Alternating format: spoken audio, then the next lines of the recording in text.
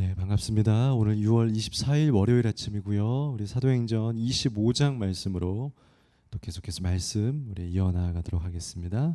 사도행전 25장 13절에서 27절까지 말씀입니다. 이제 사도 바울이 가이사랴에 구금되어서 오랜 기간이 흐르고 있고요. 바울이 이제 온 지역을 다니면서 선교 여행을 하는 복음 전도의 활동은 멈춰주게 됐습니다. 왜냐하면 계속 감옥에 갇혀 있기 때문에 그렇습니다. 시간이 지나고 있고 유대인들의 공격은 피하고 있지만 지지부진한 이러지도 못하고 저러지도 못하는 옥중 생활 속에서 있습니다. 그런데 그 안에 놀라운 섭리는요, 바울이 평범한 시민들과 또 유대인들과 또 랍비들을 만나서 복음을 증거하고 같이 토론하고 그런 시간을 갖지는 못하고 있지만 그 속에서도 오늘 바울은 오히려 좀 달라진 그 바울의 위상과 또 그의 그 현장에서의 복음력을 보게 되는데요. 이제는 권력자들에게 복음을 증거하게 된다는 겁니다. 가서 막 전도하고 그러진 않습니다. 그런데 바울이 그곳에서 자기를 변호하면서 또 자기를 어필하면서 자연스러운 하나님의 복음을 증거하고 하게 되는, 그래서 이 전도자는 정말 이 그리스도인이라는 건 장소가 딱 중요한 것 같지는 않습니다. 어디에 있든지, 그것이 예루살렘이든 혹은 포로로 잡혀가서 바벨론과 아수르에 살고 있었던 그런 디아스포라 성도든지, 그것이 내 일터이든 나의 가정이든, 가정이라면 내가 내 자녀들과 남편과 아내와 멀리 모르는 사람들과 있는 또 일터라면 일터에 있는 또 non 크리스찬들과 그 속에서 만나는 사람들과 내가 어떻게 살고 그들에게 어떻게 복음을 증거하느냐, 그 복음의 방법론이 중요한 것이지 복음의 어떤 장소로는 중요하지 않다는 것을 보게 되는 것 같습니다. 특별히 오늘 본문에 이제 바울이 새로운 권력의 구도들과 이야기 나누는 장면들을 보게 됩니다. 먼저 말씀을 볼까요? 13절에 수일 후에 아그리빠 왕과 버니게가 베스도에게 문안하러 가이사랴에 와서 여러 날을 있더니 베스도가 바울의 일로 왕에게 고하여 이르되 벨릭스가 한 사람을 구류하여 두었는데, 13절 14절 우리 같이 읽었죠.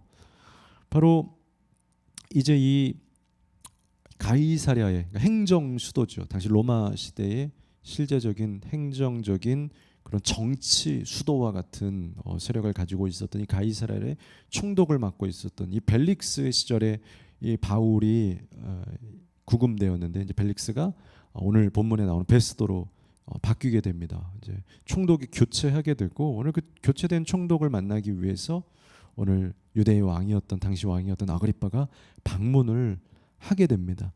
그래서 지금 바울은 지금 이 나라의 이 지역의 총독과 한 나라의 왕을 함께 만나고 보게 되는 놀라운 권력 앞에서의 그런 모습을 보여주게 됩니다.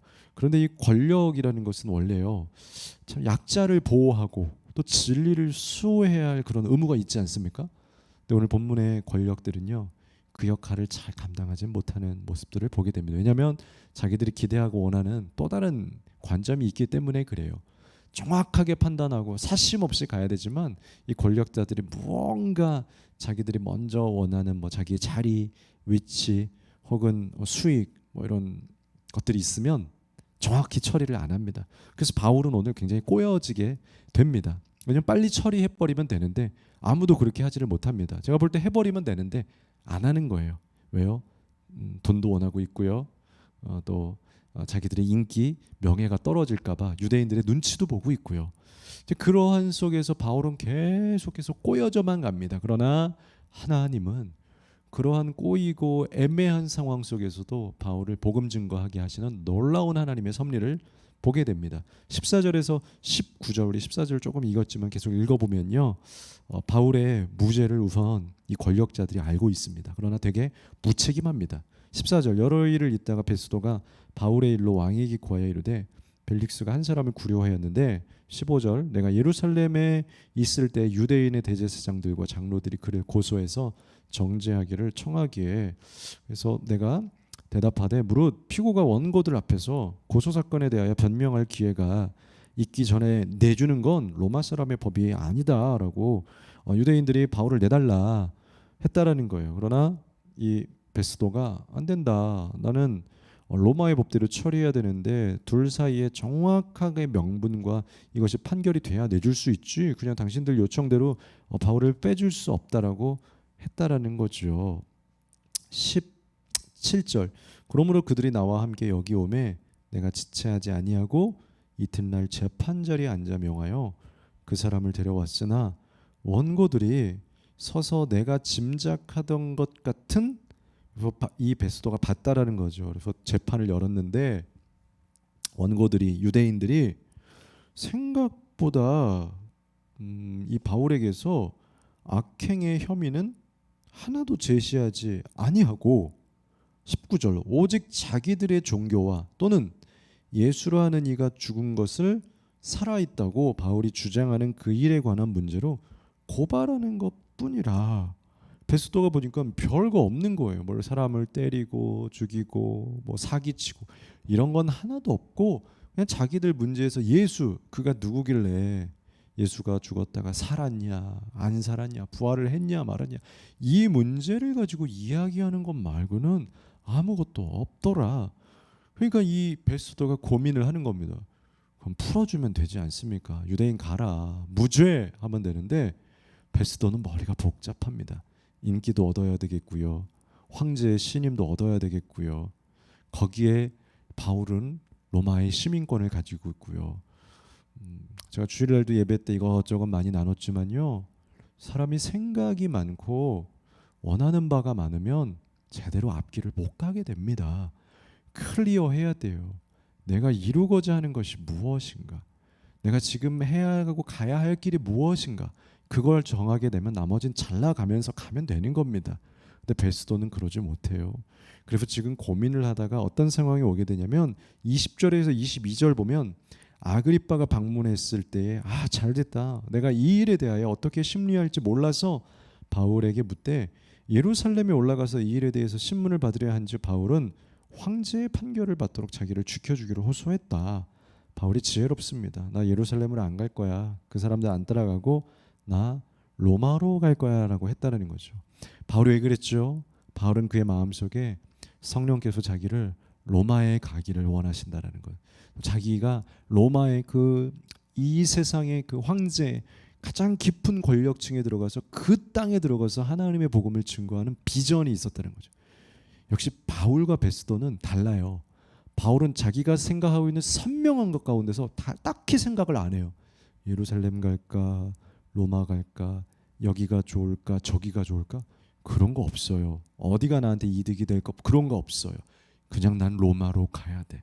그러니까 기회가 오면 또 머리 쓰고 고민하지 않고 나 그냥 로마로 갈 겁니다. 클리어해요. 아주 심플 라이프예요. 미니멀 라이프라는 거예요. 오늘 우리는 굉장히 무거운 헤비한 삶을 살고 있지 않습니까? 많이 생각하고 많이 고민하고 많이 따져보고 계산기 쳐보고 그냥 로마로 가십시오 여러분. 로마가 여러분들의 비전이라면 로마로 가는 것이 우리의 행복이고 그 안에 하나님의 뜻이 있는 거예요. 우리는 비전은 로마로 가지고 있는데 예루살렘으로 가야 되나 계속 머리를 긁적이고 있는 모습이 있을 수도 있습니다. 베스도는 계속해서 머리를 긁적이면서 어떡하지 그럼 보내면 되죠. 근데 계속 고민을 합니다. 그리고 나서 이제 22절이죠. 아그리빠가 베스도에게 이르되 나도 이 사람의 말을 듣고자 하노라. 베스도가 이르되 내일 들으시리이다. 잘 됐죠. 그래서 베스도는 아그리빠 왕에게 좀 이 사건 좀 도와주세요. 같이 들어보시죠. 이거 어떻게 해야 될지 내가 모르겠습니다. 생각이 많으니까 아그리빠의 도움을 요청합니다. 그래 아그리빠도 이 문제를 또 자신의 관할에서 잘 해결하기 위해서 이 이야기를 듣게 됩니다. 놀라운 장면은 23절부터입니다. 지금 바울은 수많은 권력 앞에 세워져 있습니다. 그리고 계속 감옥에 구금되어 있고 복음 활동을 못 펼치는 걸로 보여집니다. 그런데 23절부터 볼까요?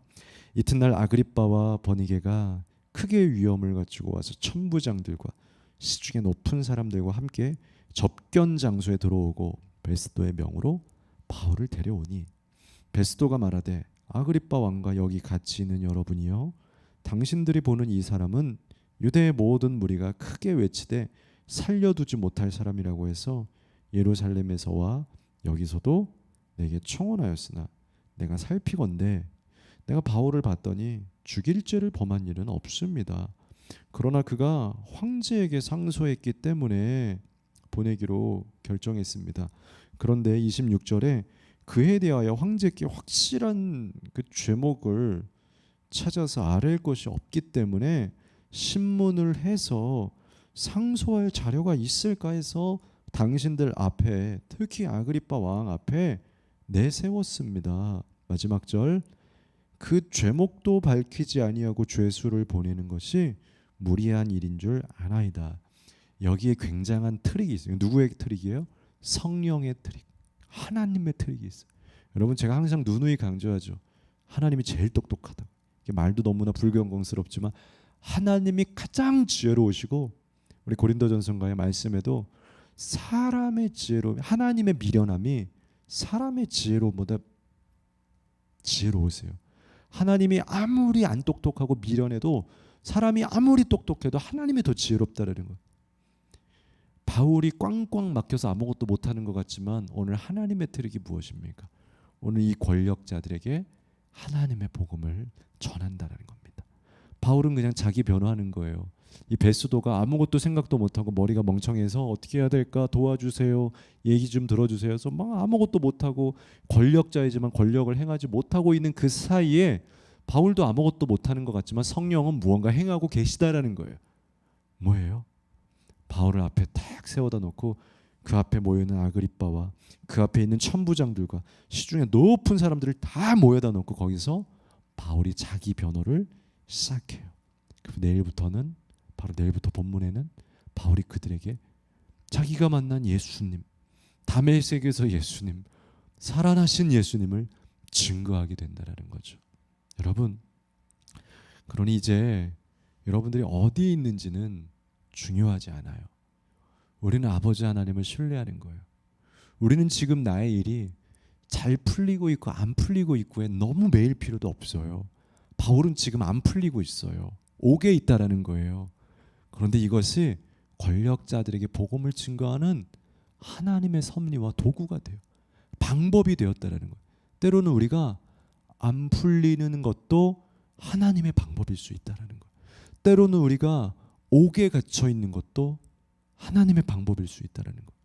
우리는 하나님 앞에서 좀 초연하고 하나님 앞에서 좀 여유로워지고 하나님이 어떻게 일하시려나, 나를 이곳에 보내신 이유와 그 뜻이 무엇인가 명확하고 클리어하게, 여러분 나는 로마로 가야겠다, 하나님 나를 로마로 부른다 하셨으니 여러분은 로마만 선택하면 된다는 겁니다. 예루살렘으로 돌아갈 필요 없습니다. 다시 고향으로 돌아갈 필요도 없다라는 겁니다. 부어주신 말씀과 목표대로 그 길을 향해서 전진하십시오. 가다 보면 그곳에서 하나님의 섭리가 보일 거예요. 아, 여기서 이 사람들하고 복음을 증거하게 되네.